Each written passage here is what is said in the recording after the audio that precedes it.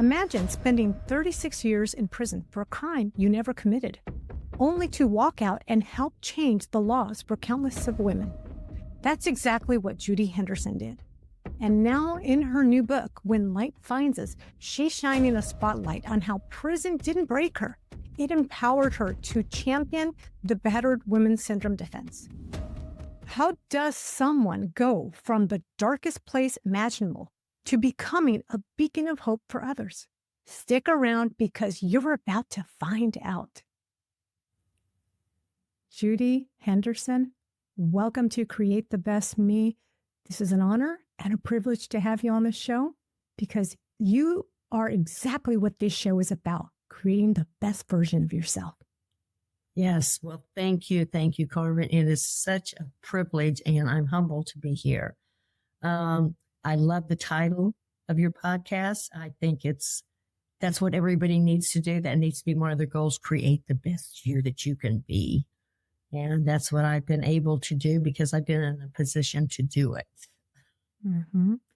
And the reason I invited you to the show, Judy, is because you have written a wonderful book, a book about your life, When Life Finds Us. And it is about, well, I'll let you say what it's about. Why don't you tell us a little bit about what this book is about? Okay. So Carmen, When the Light Finds Us, from life sentence to transformed life, it is about a journey that I never expected to take. A journey that when people look at me or I'm getting ready to speak, they have no idea and have no concept of what I'm about to say. And then whenever they hear about my journey, their eyes get big, their mouths drop, their jaws drop, and they sit up straight like, oh my gosh, how can this happen to somebody? But you never know. Don't ever judge a book by its cover. Because the first thing they look for, they said, are tattoos. I said, oh, well, I have none. And so they're amazed at where I've been and what my journey has been about. Yeah. And first of all, I'm going to say, I am so sorry for the journey that you had to go through, where you were convicted and sentenced to 50 years. Yes, life with 50. Mm-hmm. For a crime you didn't even commit. Yes. Yeah. And that was very hard for me to not be, well, I'm not going to lie to you. I was very angry and I was very bitter. But after going through some therapy and a lot of other issues that I had to deal with about why I got there, I wanted to know, because how does this happen to somebody that's lives a normal modern day life, 2 children, picnics, dance recitals, and then you end up in a world that is so foreign. So the language is different, the dress is different, the mannerisms are different, the rules are different. It's like somebody just dropping you off into a foreign country and you don't know how to navigate it. That is enough to make somebody angry, whenever you know you did not commit something and you're put into a place where they consider us as the lowest people of society. But I decided, on my journey early on, that I could do 2 things with anger, either get bitter or I could get better. And I chose better to create the life I wanted it to be. And what fascinates me about your choice is that you are in a place that is full of anger, negativity, and where people are trying to empower, to have power over you, whether it be fellow inmates, guards, or the warden. Yes. And yet through all of that not bitterness, but through all that chaos, you chose to be the light. Yes, I did. I didn't, of course, live this kind of life. I'm the oldest of 8 children, and none of us had ever experienced the judicial system, jails, being arrested, the police officers, any of that. So everything was totally foreign. how do you get a good criminal lawyer? How do you do this? How do you navigate that? It was even for my family. It was, my mother was a businesswoman in the town where this crime occurred, and it was devastating for all of us. But never once did they turn their back on me. Never once did they step aside and say, no, we can't do this. They gave everything they had to give up until some of my siblings and my parents passed away. They never gave up that I wouldn't be home. It saddens me that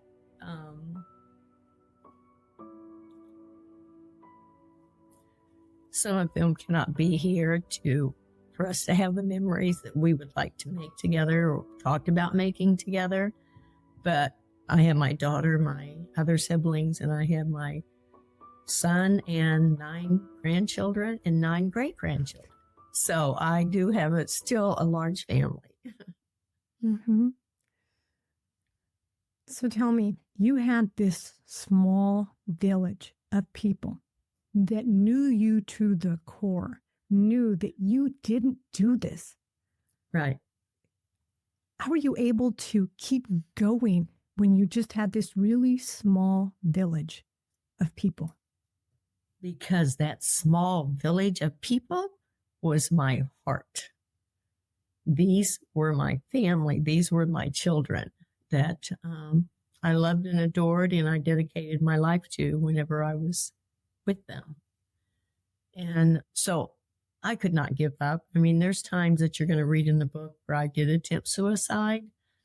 But once this happened, it was like, oh no, you are not going to do that again. You are going to stand strong. You're going to figure out how this happened, and you're going to get out of here. You're going to go home to your children and your family. So I didn't know where to start. I didn't know what to do. But then I heard about the Clemency Process, where you petition the governor. And I thought, that's what I'm going to do. And I had no idea how to put a petition together for a governor. And no lawyers, it's amazing, but no lawyers know how to do that either. They're not taught in law school how to do clemency. So whenever I did come home, I did sit and do a roundtable with law students to talk to them about the clemency process, what you have to do, how you have to be very transparent. You can't even miss a traffic ticket if you got one in your lifetime. You have to tell it all, whether you like it or not. And so they were very amazed at, all the details and everything you had to do to make a very good petition. But it took me years to be able to navigate that and to perfect it, to where the governor's office, their legal team would want to look deeper and find out what all the details were, because it was a complicated case. We had a conflict of interest with one attorney representing both of us, my co-defendant and I, which was never heard of. That's something that is not supposed to happen. However, the court said in my appeals that I always lost. In the last appeal, the federal court said, what happened to you should have never happened. However, we cannot overturn your case because it would be retroactive and it would affect too many other cases that would cost the state too much money. So I was denied, and I had no other option except the governor's office. That got me angry. When I read that in your book, it got me so angry because I started thinking, this is a human being. This is a mom. She left behind 2 babies. Yes. You ripped her life away. She's got 2 babies. She's got a family. Yeah. Who cares? Who cares the ripple effect? Right. Fix the wrong. I know. And what's amazing is this governor that did come and release me. And that's the one thing he said. I want to apologize for all the years Missouri punished you and you had to suffer for something you didn't do. He said, I apologize for our state. They should have never done this to you. And I thought that he was very humble and very sincere with what he had to say. And for a governor to come in his first term, his first year, to come walk inside a prison and release an inmate and then later give me a full pardon. That made history in Missouri. That's something that governors just do not do. They feel they're way up here and you are down here. So I'm not going to step in that environment where you're at. And we are still friends, great friends to this day. He mentors me. He helped me find my writer. He said, Judy, I just want you to have the best life you can have. And if I can help navigate that for you, because the world had totally changed. And I had to learn so much. I didn't know anything about seatbelts. They didn't wear seatbelts whenever I was out there. So my daughter had to keep telling Mom, put on your seatbelt. Mom, put on your seatbelt. And I said, Angel, I said, you got to remember, I'm like a baby. I'm taking baby steps and I don't remember these kinds of things.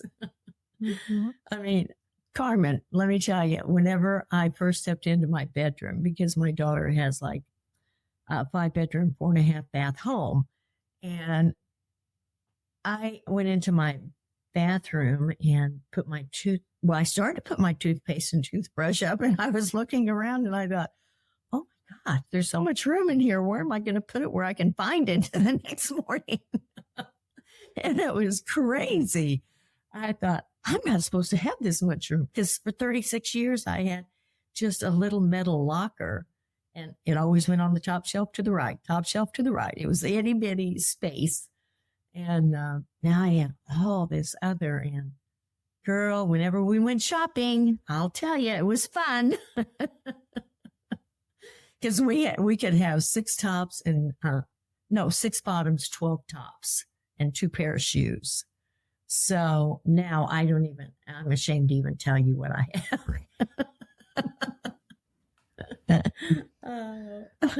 So Judy, you talked about that when you first went into prison. Mm-hmm. This was not no like fancy place where, you're around regular people. You're around serious criminals. Correct. And this was an environment that you weren't used to. And you said that you were bitter. You admitted that, yeah, I was angry and I was bitter in the beginning.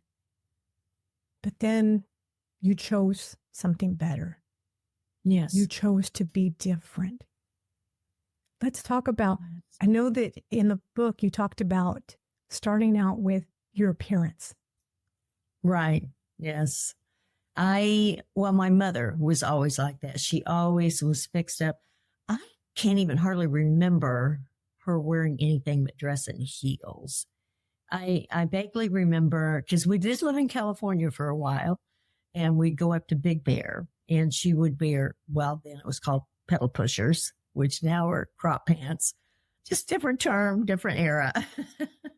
And, but normally she always kept herself done up, always hair done, makeup done. And so that's how I was raised. Take care of yourself, your appearance, your outside, what you look like, and be neat, be nice, be polite. So those were the things that I wore. We loved people in my family. So we were friendly. My mother would take food to the homeless to the railroad tracks in her Cadillac, and go under bridges and take them food and clothing.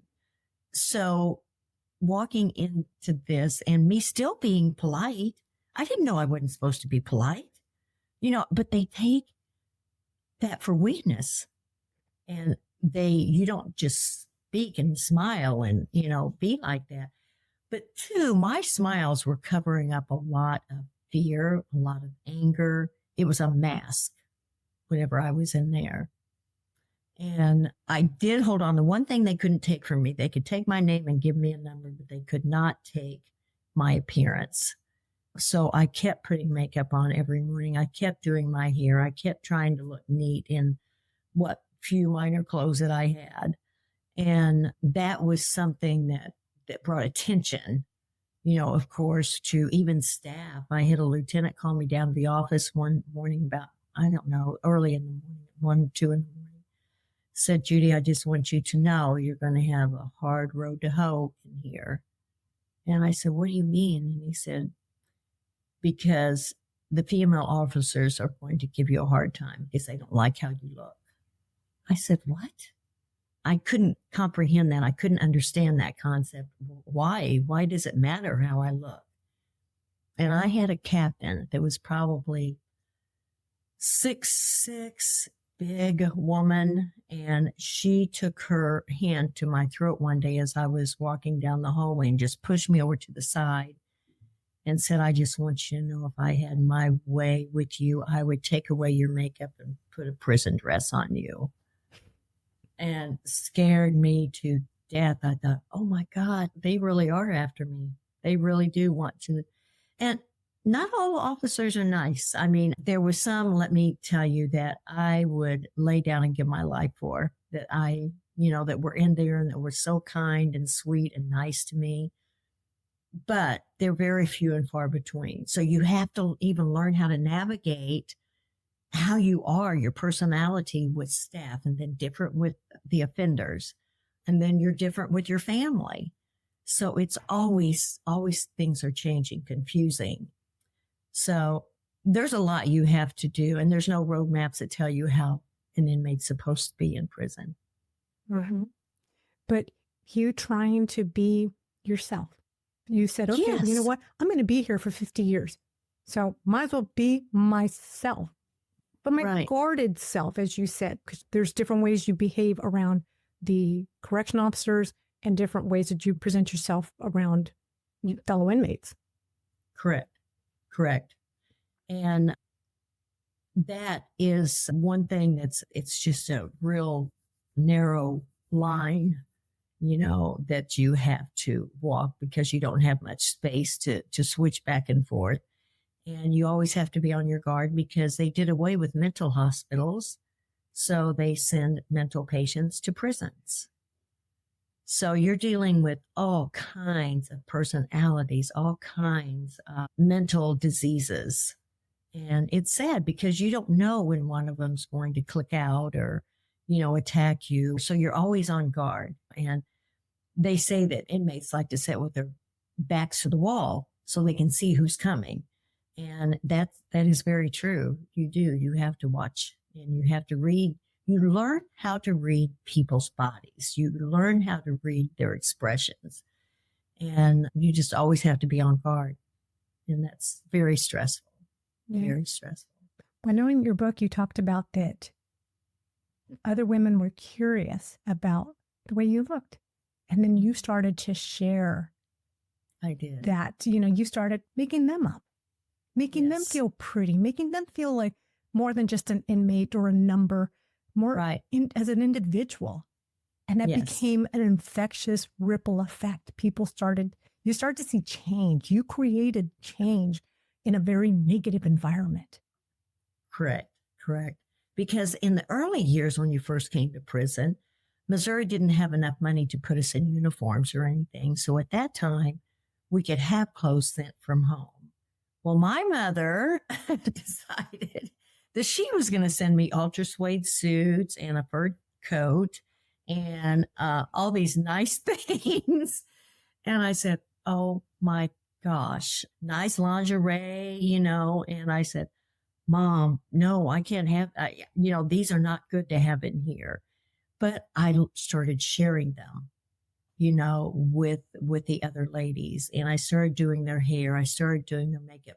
Because let me tell you, and this is something I haven't talked about to anybody. And actually, it's not even in the book, I don't believe. But hopefully there's going to be a movie and we will see if that's in the movie. But whenever I was in there, it was a co-ed prison. My first institution was a co-ed prison. So it was male and females.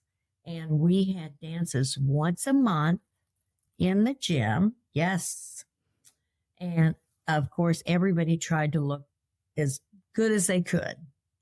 And so I always tried to fix the women up in my clothes and use my makeup and do their hair and just make them look and feel like somebody they hadn't been before. And it was contagious. They enjoyed that. And then I became a fitness trainer, a certified group and personal trainer. And so then we started working on their bodies, clean their system out of drugs. And if you get them working out and they see such a big transformation, So you don't want to go back to that lifestyle. All the hard work and blood, sweat, and tears you put into this. And I'm a tough trainer. So they would always say, oh my gosh, if you really want change in your body, get Judy, because she is going to work you to the bone. She will put you in the sand pile and you will do push-ups. You will run in place and do all kinds of stuff. But they have to love each other. They have to love what they look like when they look in the mirror. And that's where you start. You have to start from the outside and then start working on the inside. But you do have to be careful because they will take kindness for weakness and try to take advantage. So there again, it's a thin line you have to navigate. Uh-huh. And so you started helping women start to love themselves and see themselves as bigger than what they envisioned they were. Right. Let's talk about how the criminal system or the prison system, how they saw that. Well, for one, they feel threatened if you're educated. They feel threatened if you're looking better than they are. They feel like, they're superior and you're not supposed to do anything or look any certain way that could be better than what they are. So they don't receive that well. And I think that's what the lieutenant was trying to tell me. Judy, you've got to tone it down. You've got to keep a low profile, they would say. I wasn't doing anything to highlight myself. I was just being normal. I was being who I was whenever I came there. And I had a lot of people tell me through the years, oh, she's not like that on the street. She's not really like that on the street. And now I am happy to say that whenever offenders that get out on parole and they come to Catholic Charities and need assistance with housing or food, they see me and they said, oh my God, Judy, it's you. I can't believe it. Look at you. And of course, better out here than I was in there. So they said, you really are the same in both places. I said, I tried to tell everybody I wasn't going to change who I am because of what happened to me. If anything, I was going to get better on the inside and in my heart and love who I was. And I didn't do that in the beginning because I was so beaten down from a 12-year abusive marriage. And I didn't even know who I was. And that's what got me there. I had to understand what got me there and understand why I did not see the red flags. I wasn't addicted to alcohol. I wasn't addicted to drugs. I was addicted to love. That was my drug. And that was sad because I wanted to be the caretaker. I wanted to be what they wanted me to be. And so, Carmen, I did not know who I was. I really didn't whenever I went to prison.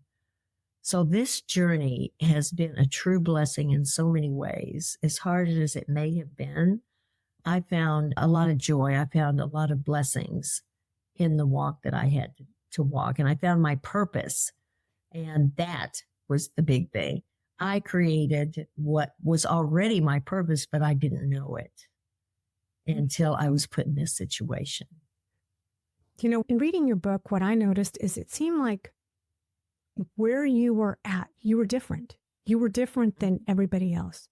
And it almost felt like people, whether it were fellow inmates or it was the warden or a guard, they wanted to tear you down. Mm-hmm. And you were being punished as a way of tearing you down. But through whether you were in solitaire or wherever you were at, whatever that punishment was, you came back, instead of angry, you came back stronger. You came back with more purpose. Exactly. And that's what it's funny you brought that up because that's what they told me, that we're going to break you down and we're going to build you back up. And in my mind, I was already as broken as I could possibly be. Nobody could break me any more than what had already been broken. And now I was picking up the pieces. I was going to put myself back together. I was going to fight. I was going to be free. And I was walking out of there. And in the meantime, I'm going to take advantage of every program you have, every education I can get. And I'm going to be able to fight King Kong when I walk out this gate. Yeah.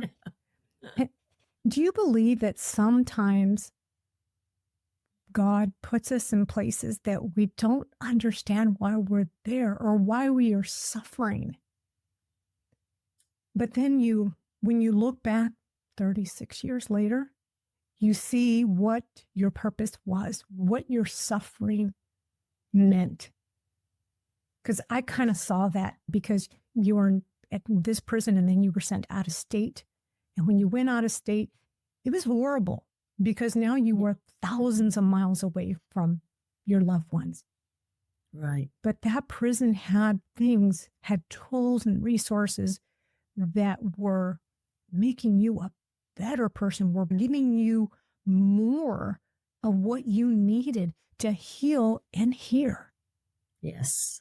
Yes. That's where I started blossoming. That's where I knew I was healing. I was acknowledging. I was able to take responsibility because regardless of what the situation was, and I did not commit the murder, I was there. I have to take responsibility for my presence because I did not watch the flags. I did not pay attention. I did not see what was coming, but my choices led me there. I chose to stay with him. I chose to be blind to what was going on. And for that, I have to make amends for that. And I wrote a letter we had a victims advocacy department that worked with the victims of crime. And we were allowed to send a letter to our victims if we chose to.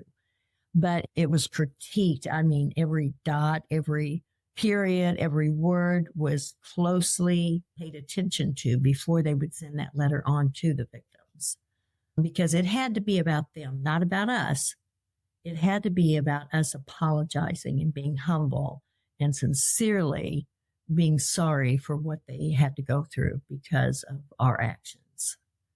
And I never got that letter back, so I know it was sent on.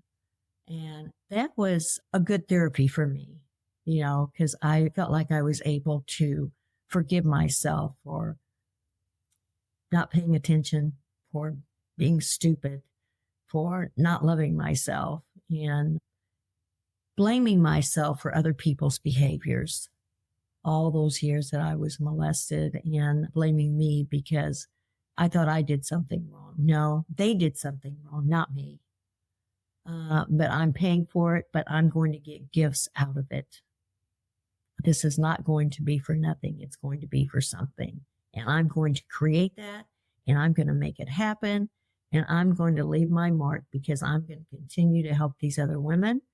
We're going to get some programs going, and we did Women Against Violence programs in Arizona, where the governor's task force came and set in on our sessions about battered women, and then they created a battered women's task force in their state. So that was very rewarding. I love that. It was helping women. Then when I came back to Missouri, we crafted and created a bill and testified in front of senators and state representatives that came in and held hearing session, and it passed into law. So battered women now have the battered women syndrome defense. So whenever they go to trial, they have something to help them. Yeah.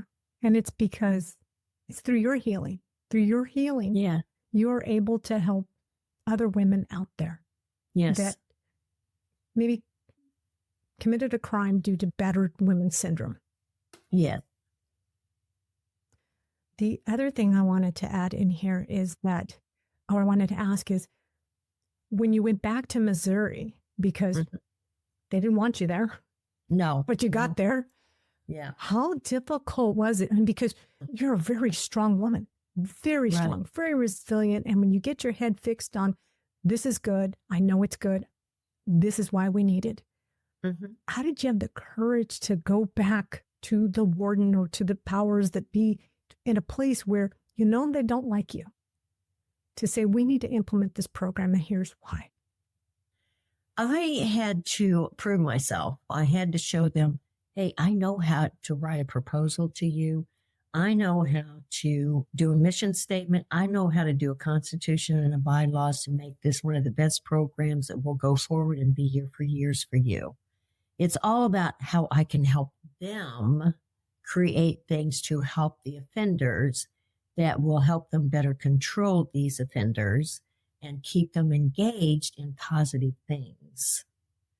And so once they listened to me, once they read my proposals and saw that I was willing to put in the work to do this, to take the time to counsel and write letters for these offenders, to help them with their children, to help teach them how to be mothers, then they listened and they implemented these parenting programs. They implemented parents and their children visits to where they had visits without the prison setting.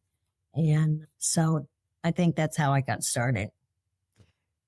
You know, what I think is so awesome is that you weren't gaining anything from this. I mean, like for yourself, but it was Right. grooming you up to prepare yourself Right. to be able to defend yourself for something that should have been done 36 years ago.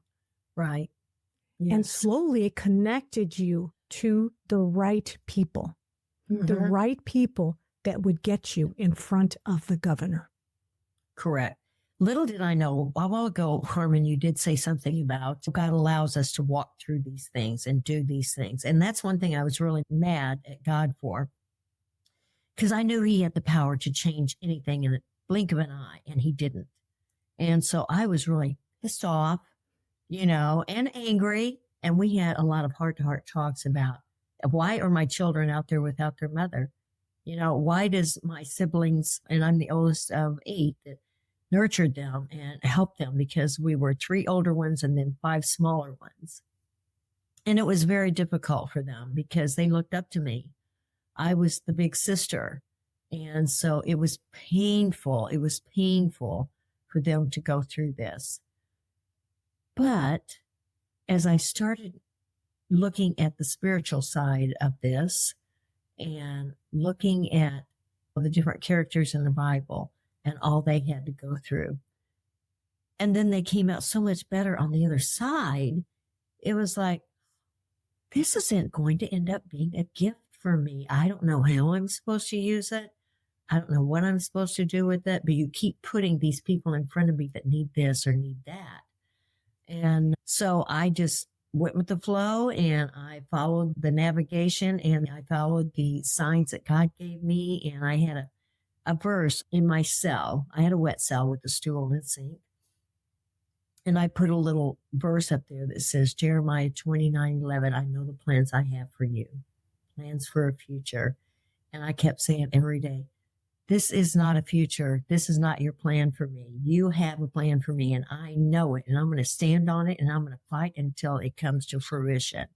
And I even did a vision board, and I started putting little clippings up there about a pardon, about time served, about going to Anguilla where my daughter was married and getting to see that island where she took her vows, and all the things that I'd missed all through the years, and my grandchildren being born.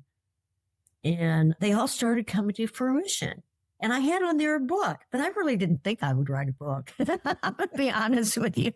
I don't know that I ever really thought I would do that, because it was so painful to have to talk about and go through. But everybody kept saying, Judy, you have a message. Without a mess, there's no message. Without a test, there's no testimony. So I said, okay, I'm going to do this. So Jimmy and I, we've been working on this for 6 years, and it's finally transpired. And I just love being able to share the story with everybody, and hopefully they can get something out of it that can take them into the next phase of what their purpose is going to be. Well, I would say, Judy, you and Jimmy did a phenomenal job with this book, because this book says that you can see someone who had a really bad situation and how they came out so much better on the other side. And, Yes. And that where you don't see hope, hope exists. Yes, absolutely. Absolutely, Carmen, it does. Hope is is probably the one thing that people can say, but they don't know how to get it. You know, they hope, but they don't know how to get that to transform into anything. But you do it one step at a time is what you do. And it's going to get you to where you want to be and the things that you need to have to give you and show you what you were created to be. And you keep fighting, you keep going, you love yourself. You have to start loving yourself first and know that you are worthy. You are worthy. You're intelligent. You're smart. I tell my little grandbabies, my little girls, whenever I am beautiful. I am fearless. I am courageous. You know, and we go back and forth with this conversation almost daily because I want them to I want to drum it into their heads. They are beautiful and they are courageous. And there's nothing they cannot do in this world if they set their hearts to it. Judy, what are 3 pieces of advice that you would give that 32-year-old single mom who's just starting to feel like she's getting on her feet and Mr. Wrong comes right in front of her? For one, if they come on too strong, slow it down. Don't dive in. Take your time and watch all the signs. If you start seeing red flags come up that they're trying to control you or have to be with you 24/7 and you can't be with your friends or you can't be with your family because they think that that is showing them less love and less attention, that's a flag. Hello. You know, I've had teenagers read the bio and different things on the book and the description of the book, and they've come to me and they said, Judy, I will keep this book forever. Sophomores in high school saying, I know I haven't went through any of this yet, but whatever I do, I'm going to know what to do by reading what you had to go through. And I never thought that age group would ever be interested in something like this, but they were really moved by it. And so I want women, men, even men have been in tears whenever they've talked to me about this because they see their mother going through this and they want to save her and they don't know how. And they said, through your book, this is helping my mother. And it's been people that's navigated our project, you know, once they read it and they said, oh my gosh, you know, here I am, a director, I'm a producer or something, and this struck me as hitting home. You know, this is my mom. This is my mother. And I would tell women, just be cautious, love yourself, and take it slow when you get into a relationship. That is great advice.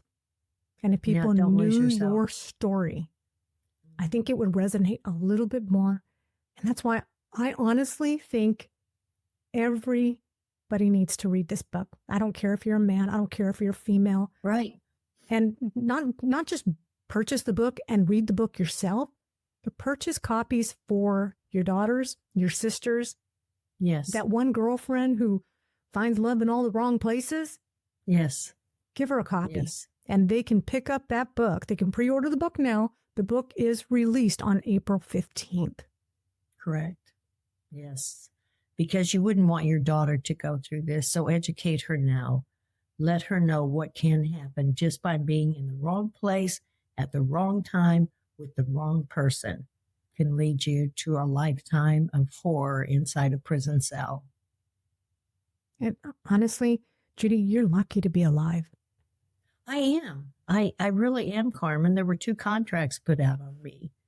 So yes, I am very lucky to be alive, but it wasn't my time and God did save me. He did not let me die. He let me have this message so I can give it to the world and whoever wants to hear it. Judy, thank you so much for coming on the show. Yeah, thank you so much for blessing me with a advanced courtesy copy of the book. Thank you. I will include all of your information in our show notes so that people can pre-order your book, purchase it, read it, comment, and also learn a little bit more about you, because there's more about you. You are also helping women who are coming out and get reacclimated. Correct. Yes. Oh, yes. I'm out here helping them. And one of my lifer friends was just released by the governor December 2024. And so I'm happy to keep doing the advocacy work that I'm doing. And survivor's bill, we're working on that with senators and legislators as we speak here in the state of Missouri to get that passed. You're a blessing. And that will help a lot of people. You are truly a blessing. Well, thank you, Carmen. And people like you give a blessing to us because you allow us to share this and to spread the information and how to touch other people's lives. So thank you for what you do. Thank you. You're welcome. And there you have it, the remarkable story behind Judy's unbreakable spirit and how her time behind bars fueled a movement for justice.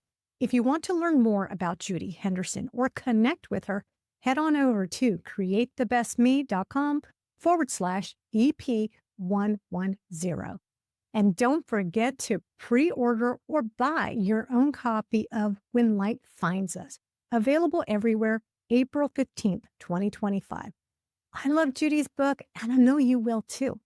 And don't forget to come back next week, as our guest will be Jennifer Wilson, who will be here to discuss how to recognize when you're feeling burned out and strategies to overcome burnout.